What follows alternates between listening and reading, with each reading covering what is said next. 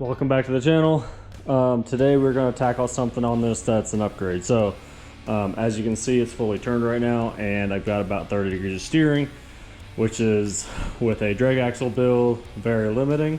And yes, I could throw in a higher ram or a bigger ram on this and get more, but the joints wouldn't allow it. So the joints allow maybe 32 degrees or so. So what we're going to do is a couple things. We're going to pull the axle apart, and we're going to pull these shafts out, and in that process we're going to get the shafts disassembled, and we're going to go to a buddy's house and do some clearancing on them, and that way we can gain more on the shafts. So if the shafts hit each other, that causes binding, that causes breaking parts.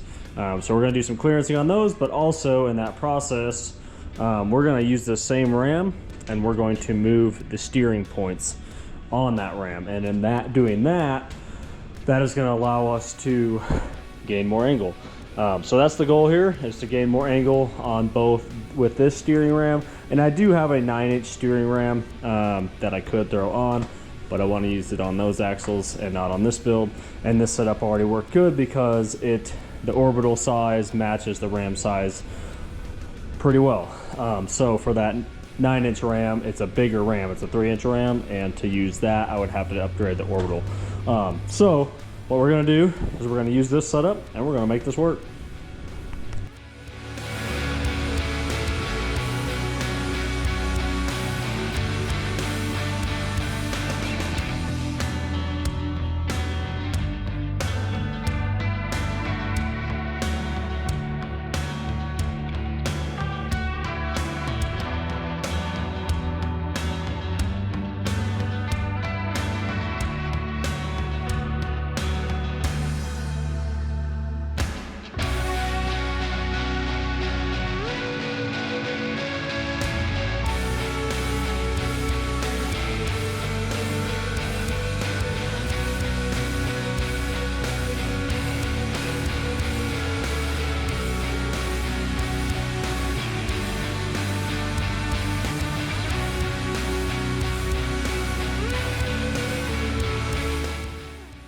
Alright, so this side is fully maxed out right now, about 30 degrees, and then this side I have this disconnected, and that's about 45 degrees. So pretty much this is in the same spot as it was at 30 degrees, but out there. So if we move it back to about there, we should be able to build a new bracket and get that more steering, and then we can tie that. Still use this hole to tie it all back in to keep it double shear, and then just kind of route that off of it. Alright, so I made a new bracket here that relocates that bolt hole, and with that I was able to get a little bit over 40 degrees of steering, and you can see how close the tire is to the link. And so this side you can see turn a lot more than this side, but we'll turn this side real quick and just show you how the much gap there is between the link for a good reference. Alright, so we got it turned the other way, and as you can see, we got about 3-ish inches, 3.5 inches. That side was about a 1/4 inch. So we're going to modify this side. I did make another bracket.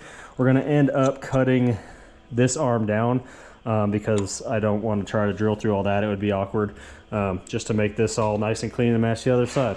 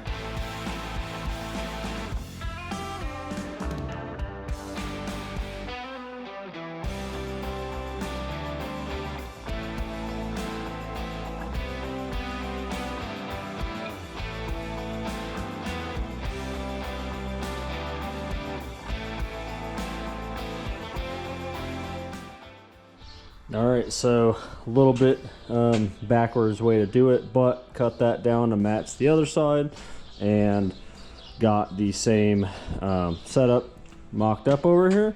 And I can kind of show you the difference in what that does pretty easily. Apparently I can get that bolt out. So with this bolt out and that guy out, and if I take this bolt off and pop that joint down, I can turn the tire back in, and you can see how much difference that makes versus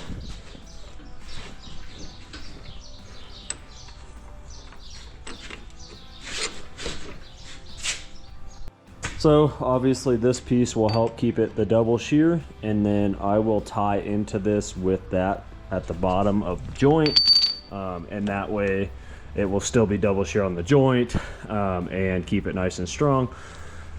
So this is going to be pretty fun to test and see how this works. The only reason you can't go any farther, because I could move these links and get more clearance on the links, no problem, but the brake, as you can see, is touching right there. So we're gonna have to play with this a little bit so the brake doesn't touch, and that's pretty much the most we can go. I do have a lightweight half-ton brake kit for this axle, so there's a possibility it's a smaller brake here, so there's a possibility I can just swap that on and gain that clearance. So might do that just to see what we gain there and see if we can keep it right where it's at, because I like this. It's a ton more steering angle. It's 40-ish degrees, maybe 42.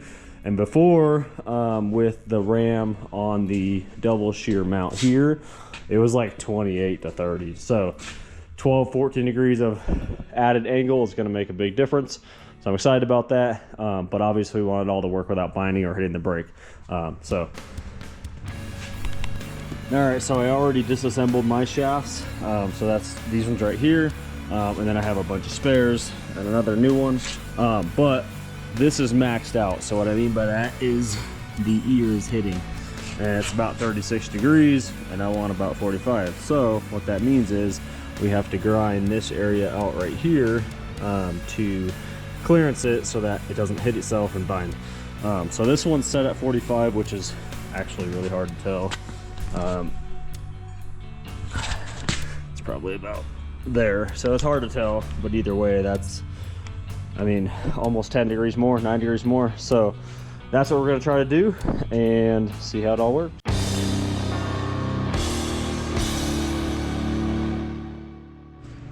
All right, we're over here at my buddy Ian's fabrication shop, Pine Metal Fab. Make sure to look them up. We'll put a link down below as well, but this is what we're going to be doing to the shafts. So this is the clearancing that he did for testing, and so we're going to do that with these shafts and get the clearance we want. So we did the measurements, and it's quite a bit more. So that's actually about what, 48, 49 degrees of clearance, and we're going to go for 45 on these since I'm going to be setting it around 40.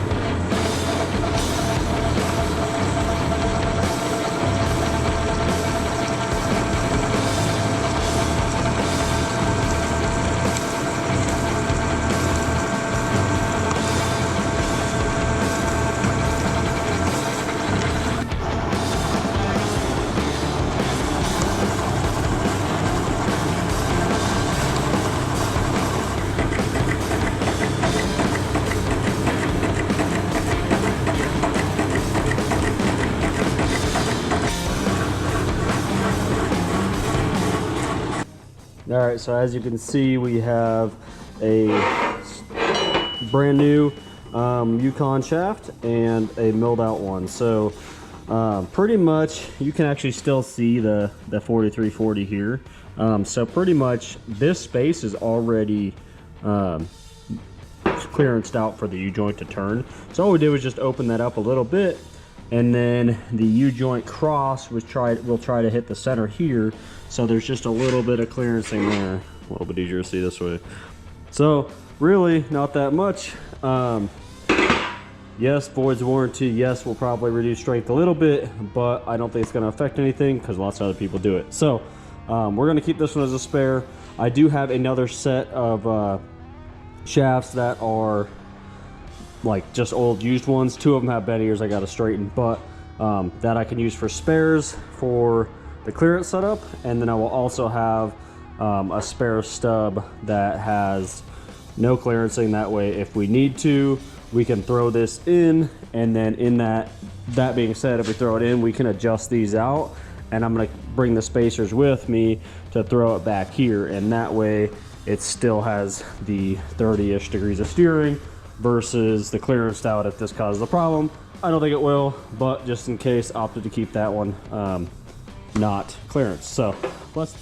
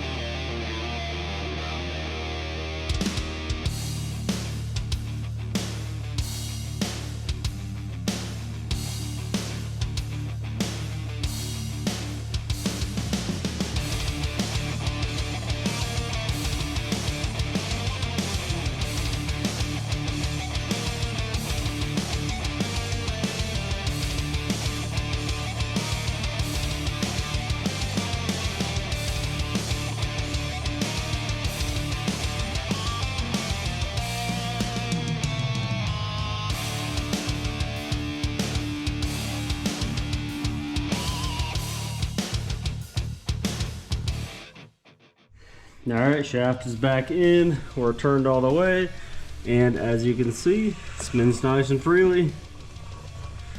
It's pretty close, but it all clears, and no binding, spins nice and free. So successfully, more steering angle. It's a decent amount for a kingpin axle. So excited about that. Everything's working, everything's clearing. Thanks for watching.